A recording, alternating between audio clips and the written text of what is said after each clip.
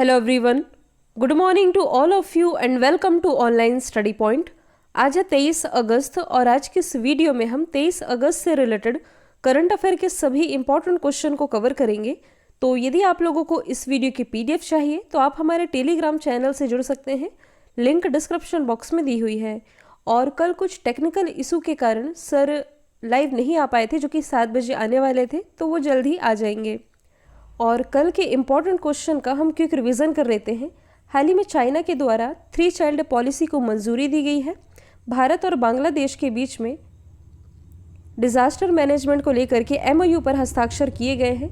भारत का ये जो पहला स्मॉग टावर है, इसका उद्घाटन दिल्ली में यहाँ के मुख्यमंत्री अरविंद केजरीवाल जी के द्वारा किया गया है। गोरखधंधा शब्द के इस्तेमाल पर बैन लगाया गया है हरियाणा गवर्नमेंट के द्वारा। और अंडमान निकोबार में हाल ही में अम्ब्रेला हेड वाली शैवाल प्रजाति ये पाई गई है। राजीव गांधी ग्रामीण भूमिहीन मजदूर न्याय योजना की शुरुआत हाल ही में छत्तीसगढ़ गवर्नमेंट के द्वारा की गई है। और इंडियन आर्मी के द्वारा जम्मू कश्मीर में 400 किलोमीटर जज्बा ए तिरंगा रिले मैराथन का आयोजन किया गया। और मैक्सिको में वैज्ञानिकों के द्वारा पृथ्वी से डायनासोर को खत्म करने वाला एक एस्टेरॉयड ये मिला है। फुटबॉल के प्रसिद्ध खिलाड़ी लियोनेल मेसी ये अब नए फुटबॉल क्लब में शामिल हो गए हैं, पेरिस सेंट जर्मन में। इसके पहले ये बार्सिलोना के लिए खेला करते थे। जियो मामी फिल्म फेस्टिवल का अध्यक्ष प्रियंका चोपड़ा जोनस को नियुक्त किया गया है। इलेक्ट्रिक वाहन वाला देश का पहला हाईवे ये बना है दिल्ली चंडीगढ़ रोड। मलेशिया के नए प्राइम मिनिस्टर इस्माइल साबरी बने। और क्रिप्टो अपनाने के मामले में भारत दूसरे स्थान पर है, पहले स्थान पर है वियतनाम। तो स्टार्ट करते हैं आज का हमारा पहला और इम्पॉर्टेंट क्वेश्चन। हाल ही में पाकिस्तान के किस स्थान पर एक बम विस्फोट में 2 चीनी नागरिक मारे गए हैं? मैं आप लोगों को बता दूं कि आज का ये जो करंट अफेयर का वीडियो है, इसमें इंटरनेशनल न्यूज़ ये ज़्यादा है, जो कि इम्पॉर्टेंट भी है।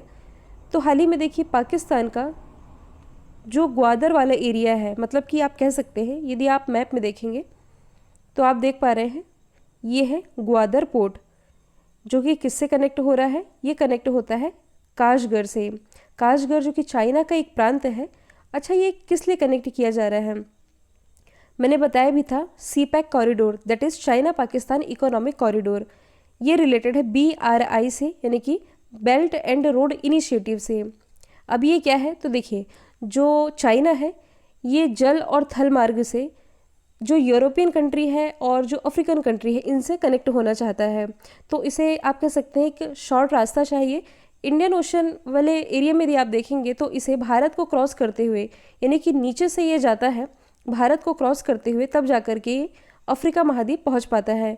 लेकिन यदि ये डायरेक्ट भारत के सिर पर से होते हुए, कैसे? जैसे कि ये जो जम्मू कश्मीर वाला एरिया है, यहाँ काराकोरम दर्रे से क्रॉस करते हुए ये पहुंच रहा पाकिस्तान के ग्वादर पोर्ट।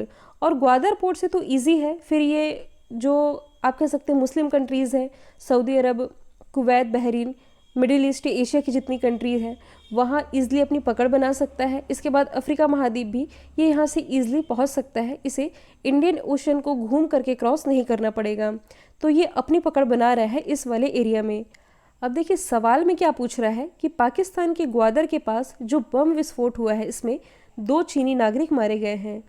अब ये बात तो हजम नहीं हुई कि बात पाकिस्तान की जा रही है और चाइना के नागरिक मारे गए हैं। ऐसे कैसे हो सकता है? क्योंकि ये दोनों तो मित्र राष्ट्र हैं। तो मैं आप लोगों को बता दूं कि इसकी भी एक हिस्ट्री है। इसे यदि आप रिलेट कर पाएँ तो चाइना का एक प्रांत है, दैट इज़ जिनजियांग प्रांत, जहाँ जो उइघर मुस्लिम होते हैं इन्हें प्रताड़ित किया जाता है, यानी कि इन्हें यातनाएँ दी जाती हैं। हालांकि ये बहुत बड़ा इंटरनेशनल मुद्दा भी बन चुका है इसके ऊपर। मैं इसके बारे में कई बार, हालांकि मैंने खुद भी बताया है आप लोगों को। तो ऐसे मुस्लिम जो कि इन्हें यहाँ प्रताड़ित किया जाता है, ये हमेशा से ही यहाँ की सरकार का विरोध करते आ रहे थे। और अभी ये शायद लास्ट मंथ की ही न्यूज़ है, जुलाई की बात है, कि यहाँ एक बम विस्फोट हुआ था इसी सीपैक कॉरिडोर के पास ही, आप कह सकते हैं, जहाँ ये काम चल रहा था, जिसमें कि एक बस में विस्फोट हुआ था, जिसमें कि 13 चीनी नागरिक मारे गए थे। और अब ये न्यूज़ निकल करके सामने आती है कि इसी एरिया में सीपैक कॉरिडोर वाला एरिया आप कह सकते हैं, जो कि ग्वादर पोर्ट से ही कनेक्ट होता है, यहाँ फिर से एक विस्फोट हुआ है, जिसमें कि 2 चीनी नागरिक मारे गए हैं। कल जो मैंने आप लोगों से इनामी सवाल पूछे थे, इसका जवाब था, पहला तो अफगानिस्तान है और दूसरे का राइट आंसर उत्तर प्रदेश था। आप लोगों के लिए आज के 2 इम्पॉर्टेंट क्वेश्चन हैं। दुनिया का सबसे ज़्यादा तापमान पाकिस्तान के किस शहर में दर्ज किया गया है, और भारत का पहला ग्रेन एटीएम किस शहर में खोला गया है। दोनों ही मैंने आप लोगों को अभी कुछ दिन पहले ही पढ़ाए हैं। आंसर कमेंट बॉक्स में देंगे। अगला क्वेश्चन है, दुनिया का सबसे नया द्वीप किस देश के तट से 1200 किलोमीटर दूर बना है। तो ये बना है जापान के। अब देखिए, जापान जो कि पैसिफिक ओशन से आप कह सकते हैं कि घिरा हुआ है, और पैसिफिक ओशन ये जाना ही जाता है रिंग्स ऑफ फायर के लिए। कहने का मतलब है कि पूरी दुनिया में या पूरे अर्थ में सबसे ज़्यादा यदि कहीं ज्वालामुखी फटते हैं, समुद्र की यदि हम बात करें, तो ये इसी पैसिफिक ओशन में देखने को मिलते हैं। तो अभी यहाँ जो ज्वालामुखी का विस्फोट हुआ, इस विस्फोट के बाद यहाँ एक नए द्वीप का पता लगाया गया है। जो जापान कोस्ट गार्ड की टीम है, इन्होंने इसका पता लगाया कि जापान के तट से, यानी कि इसकी जो राजधानी है टोक्यो के तट से करीब 1200 किलोमीटर दक्षिण के साइड, यानी कि साउथ के साइड, एक नया द्वीप पाया गया है।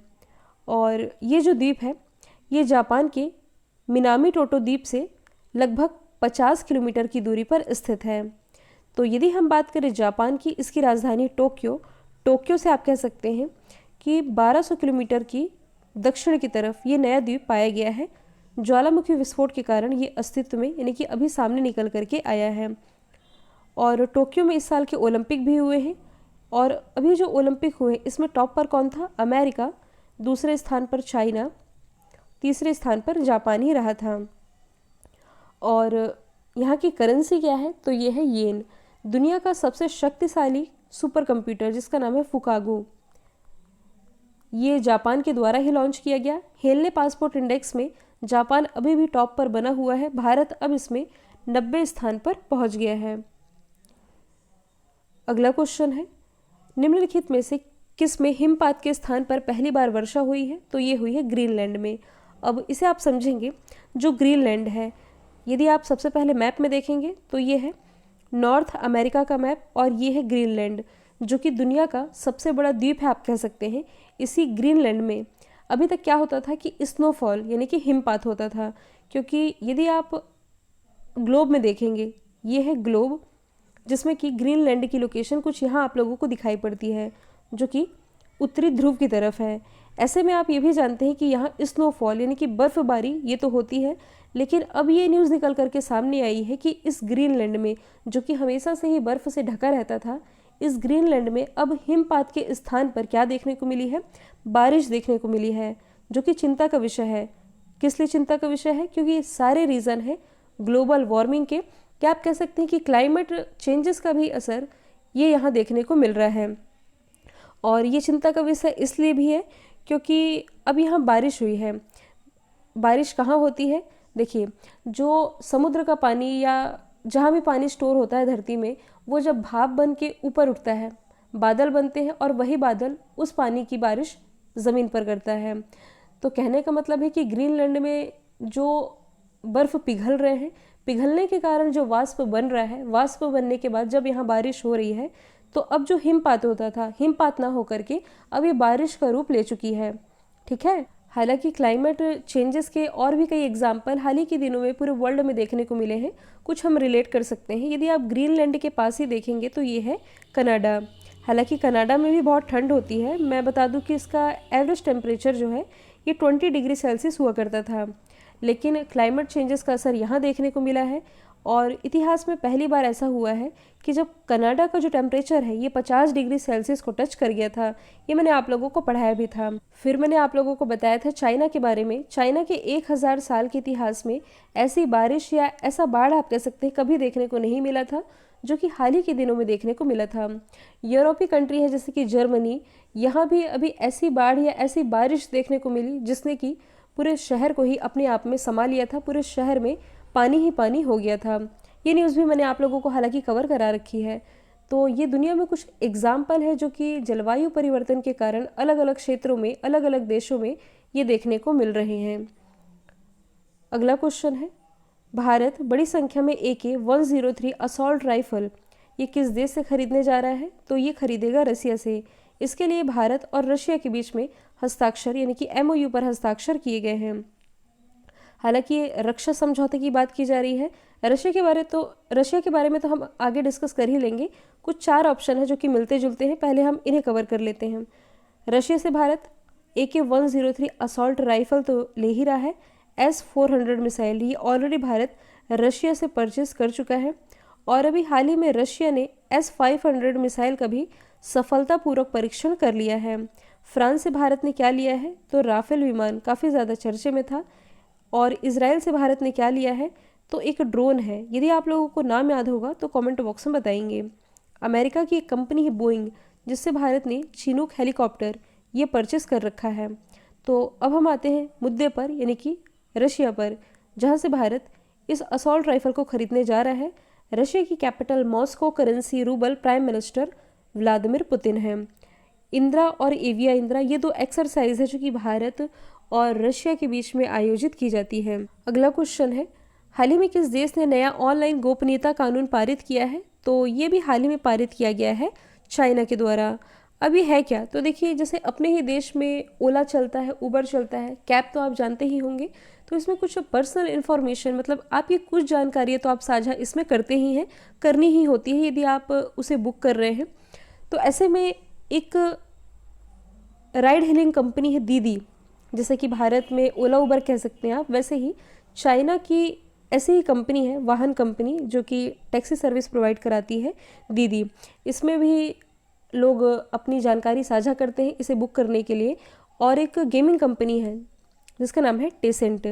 इन पर अभी हाल ही में क्या हुआ कि लोगों के पर्सनल डेटा को शेयर करने का या इसके दुरुपयोग करने का आरोप लगाया गया था, जिसके बाद से हाल ही में क्या किया है चाइना गवर्नमेंट ने कि ऑनलाइन गोपनीयता कानून ये लागू कर दिया है।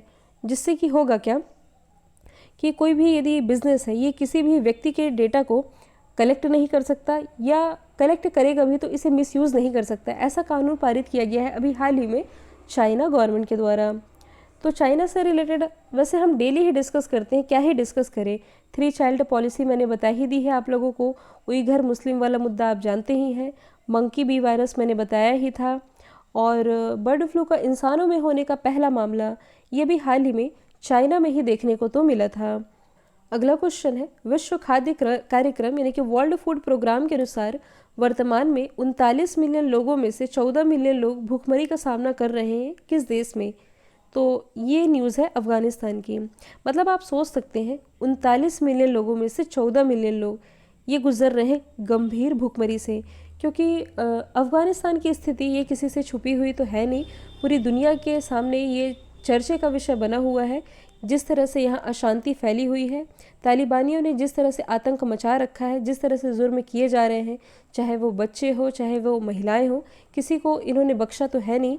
अब यहाँ पर आप कह सकते हैं कि भुखमरी का आलम बना हुआ है।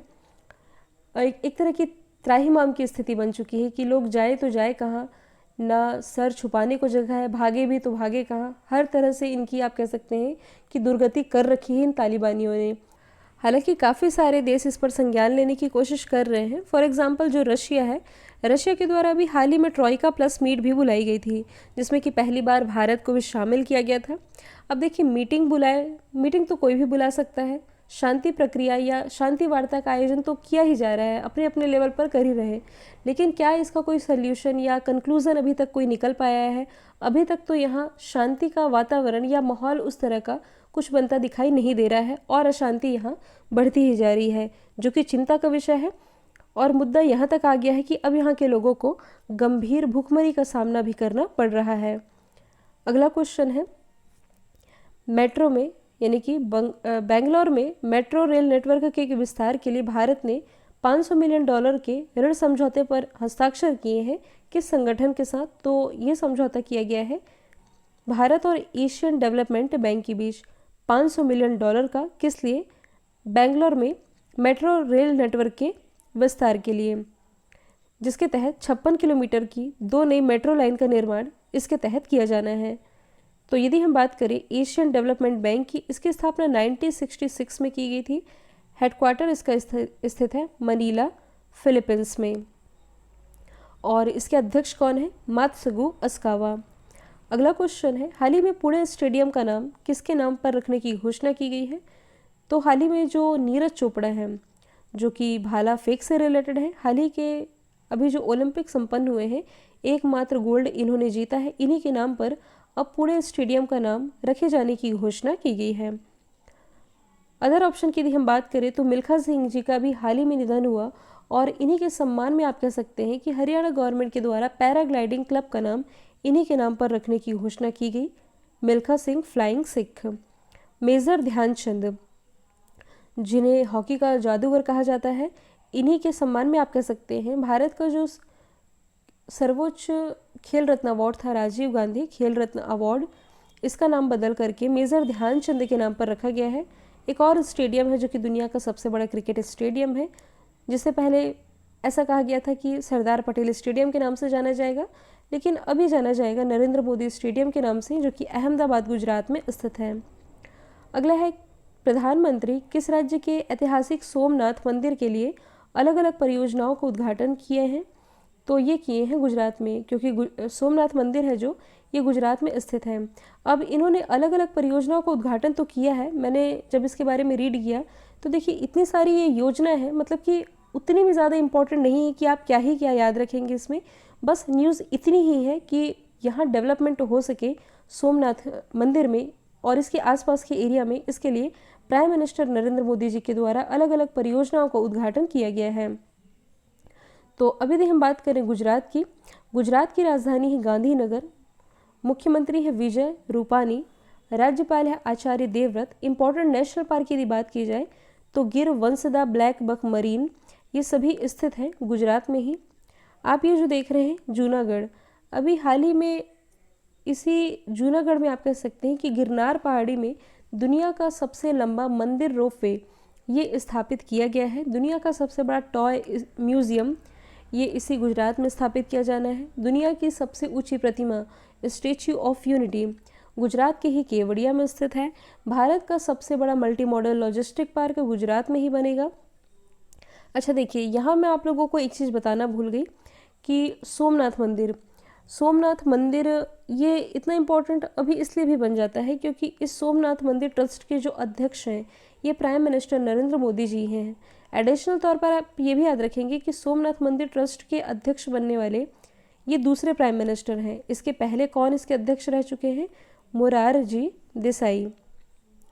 अगला क्वेश्चन है, ह्यूरन ग्लोबल 500 मूल्यवान कंपनियों की लिस्ट में दुनिया की सबसे मूल्यवान कंपनी कौन रही? तो हाल ही में दुनिया की टॉप 500 मोस्ट वैल्यूएबल कंपनीज की लिस्ट जारी की गई, जिसमें कि टॉप पर अभी भी बनी हुई है एप्पल। टॉप 6 जिसमें कोई चेंजेस नहीं है, Apple, Microsoft, Amazon, alphabet, Facebook और टेंसेंट, ये टॉप 6 है।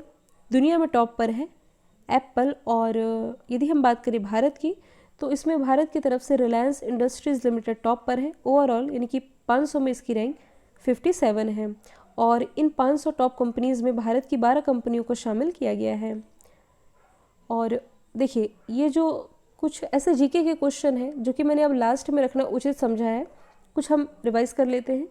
मानव ने सबसे पहले तांबे का यानी कि कॉपर का इस्तेमाल करना शुरू किया था। कोयले का सर्वाधिक उत्पादन झारखंड में होता है, लेकिन हालिया रिपोर्ट पे यदि हम नज़र डालें जो कि कोयला मंत्रालय के द्वारा जारी की गई थी, हाल ही में कोयला उत्पादन के मामले में जो छत्तीसगढ़ है ये टॉप पर रहा था।